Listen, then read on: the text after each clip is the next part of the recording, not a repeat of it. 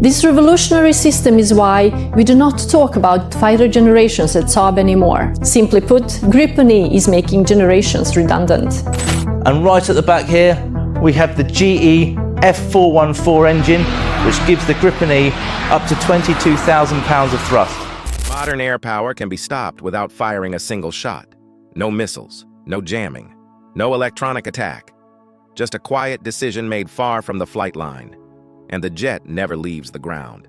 Through something far quieter, far more embedded, and far less discussed in any public forum. There is a control point built into the architecture of every advanced fighter jet program on Earth.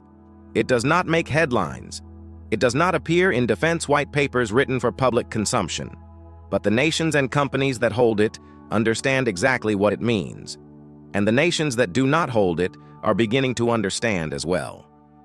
This conversation usually starts with stealth ratings and radar cross-sections and missile ranges. It almost never starts where it should. It almost never starts with the engine. The engine is not simply a mechanical component. That framing is outdated by at least 2 decades. Today, a fighter engine is software. It is a maintenance authorization chain. It is a life cycle agreement written into contracts that span 30 years. It is a relationship between the aircraft and the entity that controls its operational future. Most public conversations ignore what happens when the engine requires an update that must be approved by a party outside the operating country. Most ignore what happens when that approval slows down or does not come at all. Because if you do not control the engine life cycle, you do not control the aircraft. It is that direct.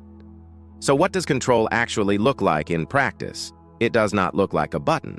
It does not look like a remote command sent to an aircraft mid-flight that shuts everything down in a dramatic moment of geopolitical confrontation. That image belongs to science fiction. The reality is quieter, and in many ways more effective precisely because it is so quiet. Control over an engine manifests in 3 specific ways, and once you understand all 3, the picture becomes very clear.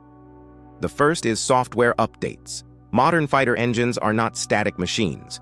Their performance parameters, their diagnostic systems, their operational limits, all of it is governed by software that requires periodic updates. Those updates are not optional. Skip them and the aircraft begins operating outside certified parameters. Skip them long enough and the aircraft does not operate at all. The entity that controls when those updates are delivered, what they contain and what conditions must be met before they are released, holds a lever that has nothing to do with combat and everything to do with readiness. The second is maintenance authorization. In most advanced fighter programs, performing significant maintenance on the engine is not simply a matter of having trained technicians and the right tools. It requires authorization. Certain procedures must be logged and approved through centralized systems. Certain components can only be serviced at designated facilities. An operating nation that falls out of favor with the program's controlling entity does not receive an immediate crisis. It receives a slowdown. Authorizations take longer. Procedures require additional review. The aircraft do not stop flying on day 1.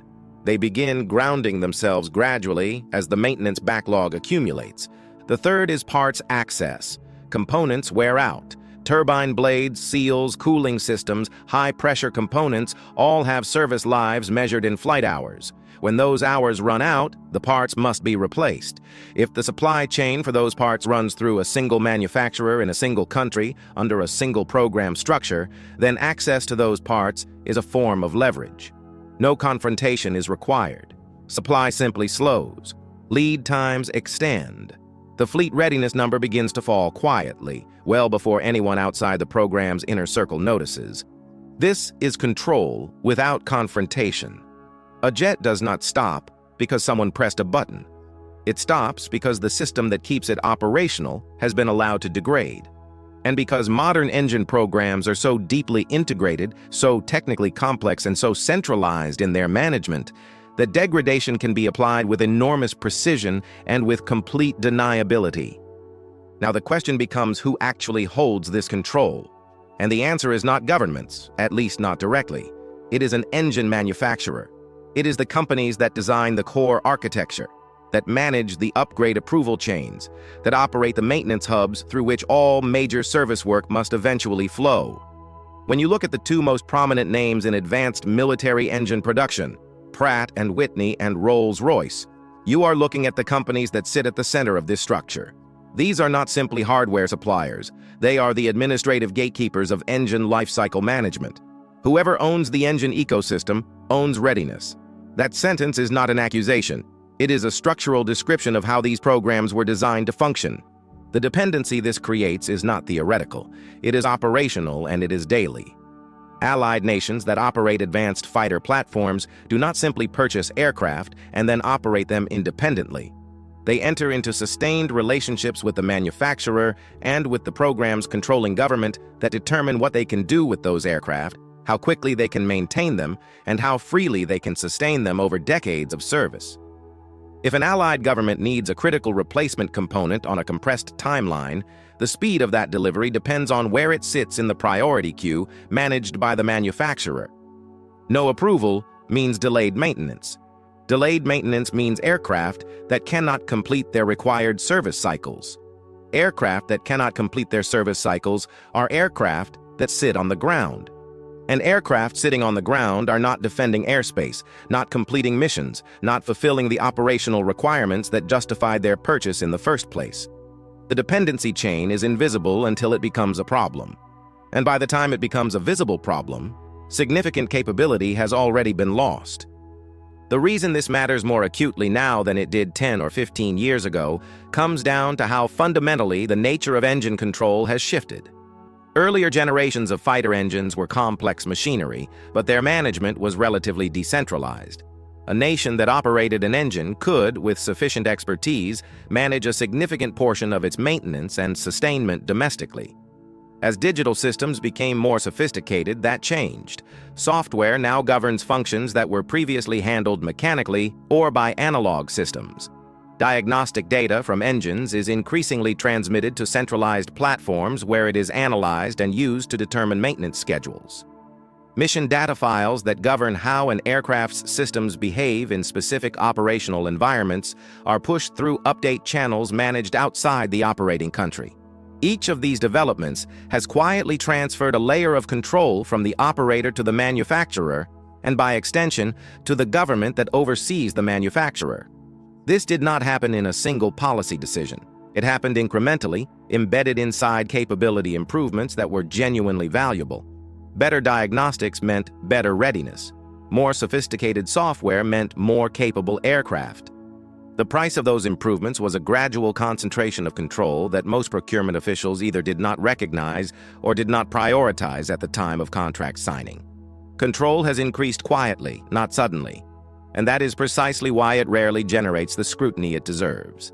Countries that have recognized this dynamic are responding, and their responses are measured, not dramatic. Several operating nations have begun demanding local maintenance capabilities as a condition of purchase.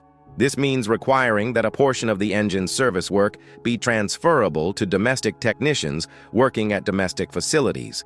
It means training programs that build in-country expertise deep enough to sustain operations through a period of restricted access. Other governments have begun looking at the engine supplier landscape more carefully before committing to a platform. When an engine architecture is used by many operators, the leverage any single government can extract through supply restriction is diluted. Domestic production clauses are appearing in more recent agreements as well.